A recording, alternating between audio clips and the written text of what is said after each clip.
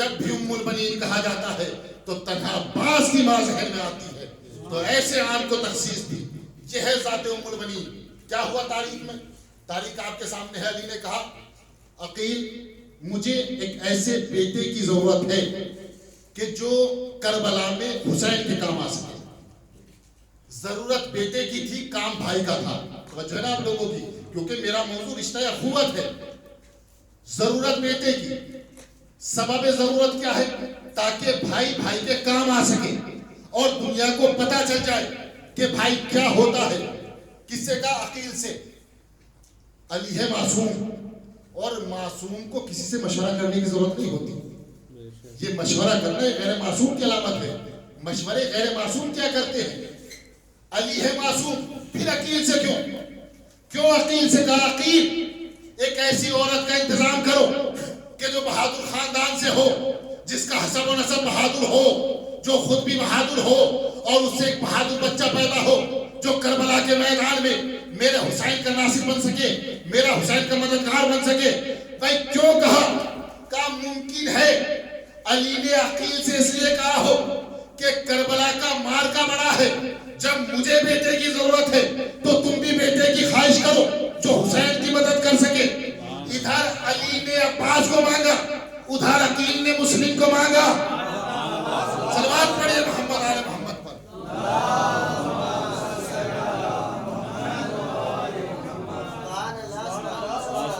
بہادر خاندان، کیسا بہادر خاندان کہ جس سے بہادر بچہ پیدا ہو، تو اس کا مطلب یہ ہے کہ بچے کی شجاعت و ذہانت کے لیے تنہا باپ کا ذہین ہونا کافی نہیں، بلکہ ماں کا بھی ذہین ہونا ضروری ہے۔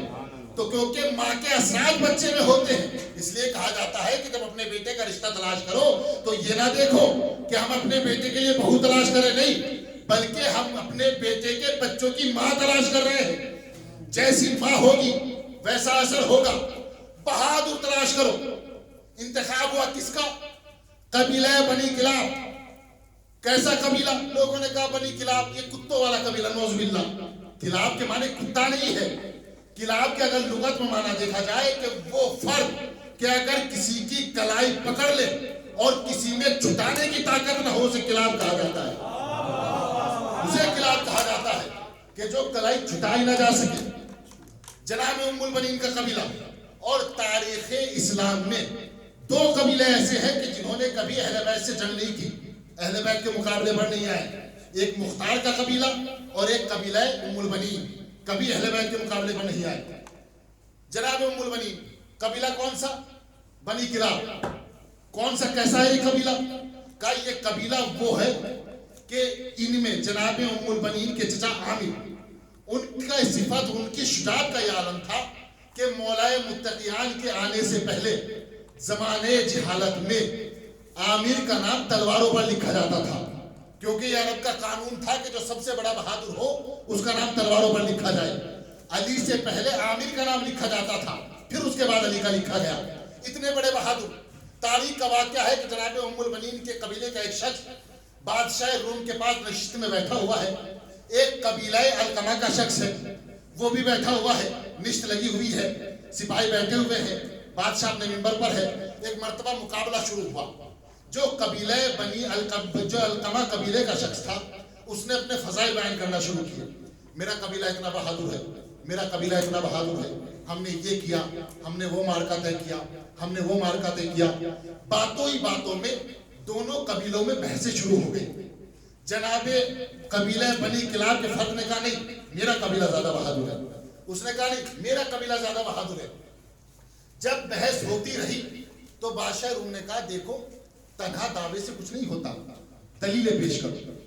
تم دونوں کل آنا اور اپنی اپنی دلیلیں لے کر آنا، جو جس کی جتنی دلیل مضبوط ہوگی اس کے قبیلے کو بہادر قبول کر لیا جائے گا۔ اب یہ دونوں اپنے گھر گئے۔ تاریخ میں لکھا کہ یہ شخص عامر کے پاس آیا اور آنے کے بعد کہا چچا جان معاملہ کچھ اس طریقے سے ہو گیا ہے۔ پورا واقعہ نہیں پڑھنا کیونکہ دامن وقت میں گنجائش نہیں ہے۔ کہا پھر کرنا کیا ہے؟ جناب عامر نے کہا کہ پہلے تو یہ کام چھوٹے چھوٹے کام نہیں کرنے چاہیے، لیکن اگر کر دیا ہے تو جاؤ فلاں مقام پر میری جوتیاں رکھی ہوئی ہیں انہیں ساتھ لے جاؤ۔ کہا چچا جان یہ تو بتاؤ میں ان جوتیوں کو لے جا کر کیا کروں گا؟ کہا تمہیں بولنے کی ضرورت نہیں ہے, تمہیں دلیلیں دینے کی ضرورت نہیں ہے, بس بادشاہ کے سامنے جوتیاں رکھ دینا, وہ خود سمجھ جائے گا. تو جو ہے نا آپ لوگوں کی, خود سمجھ جائے گا. اب یہ گئے, دونوں جمع ہوئے, پھر سپاہی بیٹھے, بادشاہ اپنے منبر پر آیا. بادشاہ نے پوچھا بتاؤ کون کیا دلیل دے گا. قبیلہ القمہ کا شخص بولا کہ پہلے اس سے پوچھو کہ یہ کیا دلیل دینا چاہتا ہے. اس نے کہا میں دلیل نہیں دوں گا, میں دکھا دیتا ہوں. کہا کیا دکھاتے ہو؟ کہا یہ میرے چچا کی جوتیاں ہے, انہوں نے مجھے یہ دی کہ بادشاہ روم کے سامنے رکھ دی جائے. بادشاہ روم کے سامنے جوتیاں رکھی گئی. بادشاہ روم نے کوئی سوال نہیں کیا, اب پوچھا نہیں, فوراً دوسرے شخص سے کہا اب تو اپنی دلیل لا. اس کا مطلب یہ ہے کہ بادشاہ کو اپنی دلیل مل گئی تھی. تو جو ہے نا آپ لوگوں کی, اب جوتی رکھی گئی. بادشاہ نے کہا تم بتاؤ قبیلہ القمہ کے شخص, تمہاری کیا دلیل ہے؟ اب یہ خاموش ہو گیا, کوئی جواب نہ دے سکا. بادشاہ نے کہا جواب دو, دلیل دو, کیوں دلیل نہیں دیتے ہو؟ کہا بادشاہ سلامت, اگر میں یہ کہوں کہ میرا قبیلہ زیادہ بہادر ہے تو آپ کہیں گے کہ اگر تم بہادر ہو تو یہ جوتیاں تمہارے پاس کیوں نہیں, عامر کے پاس کیوں ہے؟ کا مطلب کیا ہے؟ کہا یہ جوتیاں وہ جوتیاں تھی کہ عرب میں میدان جنگ میں جس کا مد مقابل کوئی نہ ہو وہ یہ جوتیاں پہنا کرتا تھا, تاکہ لوگوں کو پتہ چل جائے جو میدان میں ہے اسے عام نہ سمجھنا, کوئی اس کا مقابلہ نہیں کر سکتا. اس نے کہا میں کیسے دلیل دوں, اور اگر یہ ہم بہادر ہوتے تو یہ جوتیاں ہمارے پاس ہوتی, یہ جوتیاں تو عامر کے پاس ہے. فہر عظمت پاس دو جوتیاں ہے, ایک ننھیالی جوتیاں, ایک ددھیالی جوتیاں. ننھیالی جوتیوں کا یہ علم کہ مد مقابل کو خاموش کر دے, اور ددھیالی جوتیوں کا وہ علم کہ کعبوں کو روتی ہوئی چلی جائے. سلوات پڑھے محمد آل محمد.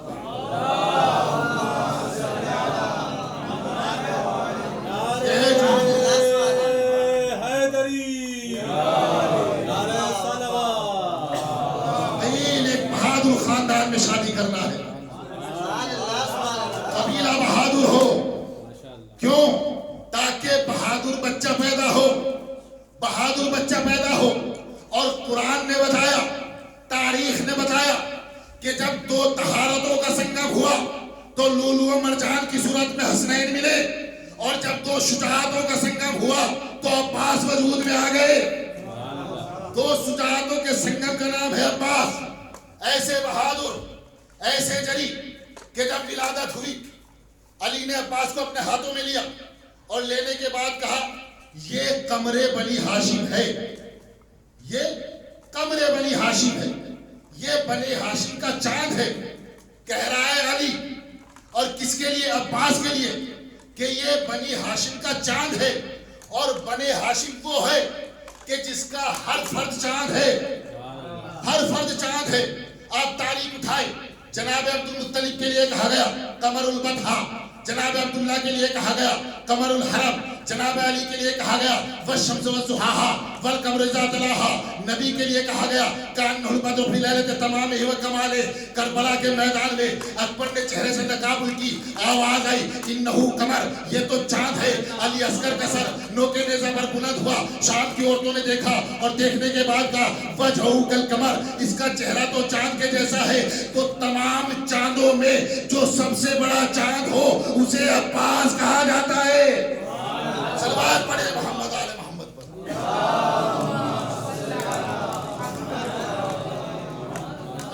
سب سے بڑا چاند ہو, چاندوں میں جسے چاند کہا جائے اس ذات کا نام ہے عباس.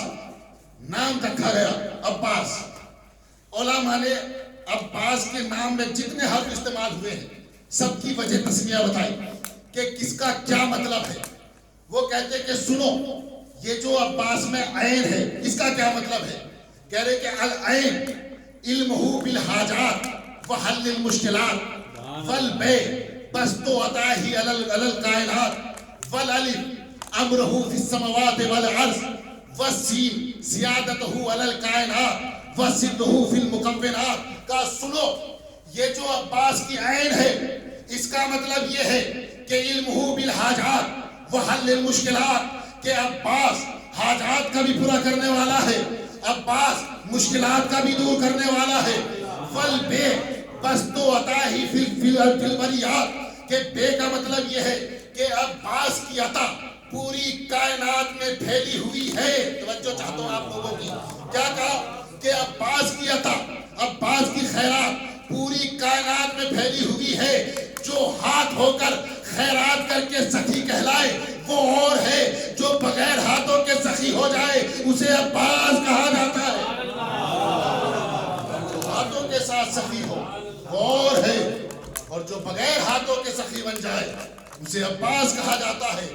والالف امرہ فی السماوات والارض، کہا کہ علی بتاتا ہے کہ اس کا حکم زمینوں پہ بھی چلتا ہے، اس کا حکم آسمانوں پہ بھی چلتا ہے. والسین سیادتہ علی الکائنات وسرہ فی المکونات، کا سین کا مطلب یہ ہے کہ اس کی سرداری پوری کائنات پر ہے اور یہ مخلوقین کے درمیان ایک راز ہے.